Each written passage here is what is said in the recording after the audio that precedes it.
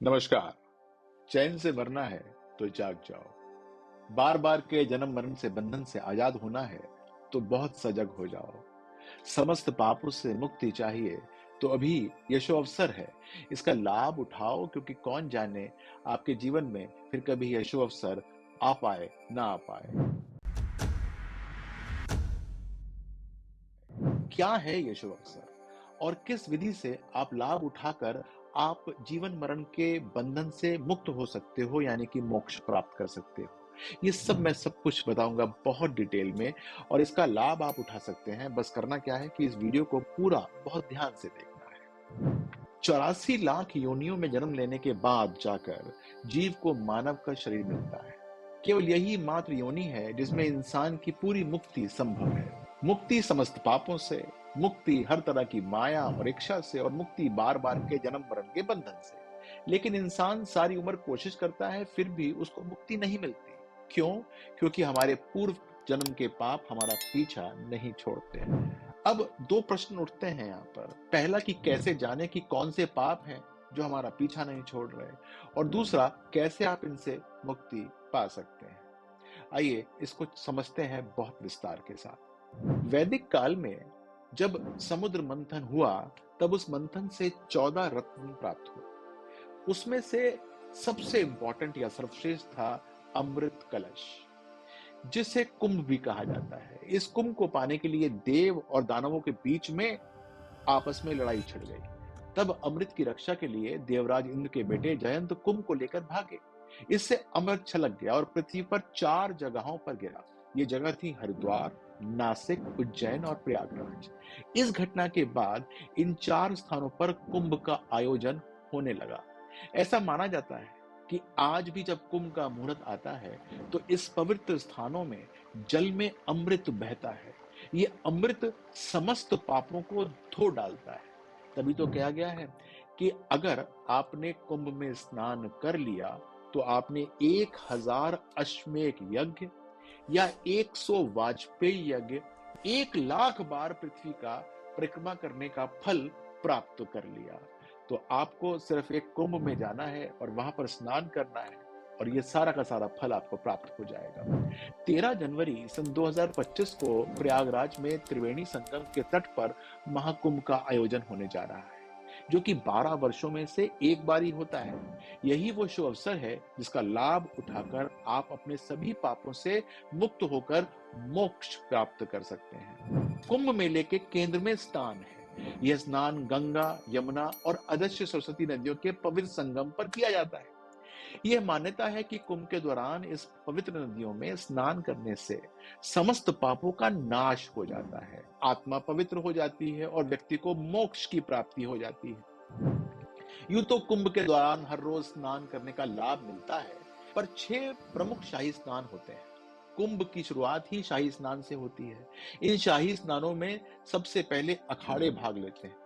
इनमें सबसे पहले नागा साधु स्नान करते हैं, जो कि प्राय शरीर पर भस्म रमाए नग्न ही रहते हैं। नागा साधुओं के स्नान करने के बाद ही आम जन को स्नान करने का सौभाग्य मिलता है। इस वर्ष का पहला शाही स्नान 13 जनवरी सन 2025 को पौष पूर्णिमा के अवसर पर होने जा रहा है।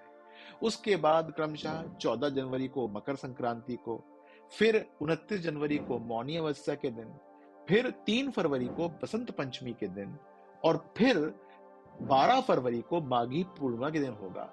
फिर 26 फरवरी को महाशिवरात्रि और अंतिम होगा वो छठा होगा। यानी कि ये सारे के सारे स्नान में से कोई भी आप चयन कर लीजिए और जाकर स्नान कर लीजिए। इन सभी शाही स्नानों का ज्योतिष शास्त्र में बहुत महत्व है। हर स्नान एक विशेष लाभ देता है।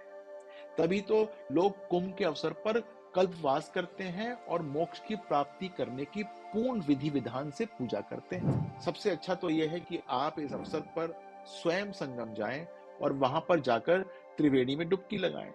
पर सबके लिए ऐसा करना शायद संभव ना हो पाए, तो क्या किया जाए? इस अवसर को क्या ऐसे ही जाने दिया जाए? नहीं, जीवन का भरोसा नहीं है।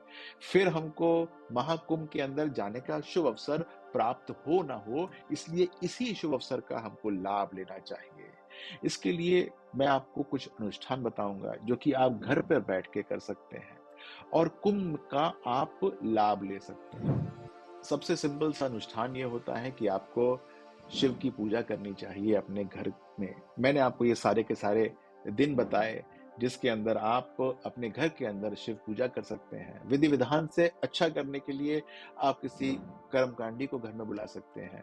वो ब्राह्मण आपके घर में आकर पूजा करेंगे और अनुष्ठान से आपका काम कराएंगे तो आपको बहुत अच्छा लाभ प्राप्त होगा। ठीक है?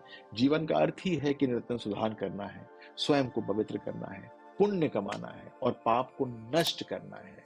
यह महाकुंभ आपको ऐसा ही अवसर दे रहा है। इस अवसर का लाभ उठाएं और मोक्ष को प्राप्त करें। हमारी शुभकामनाएं आपके साथ हैं, आपका कल्याण होगा ही होगा।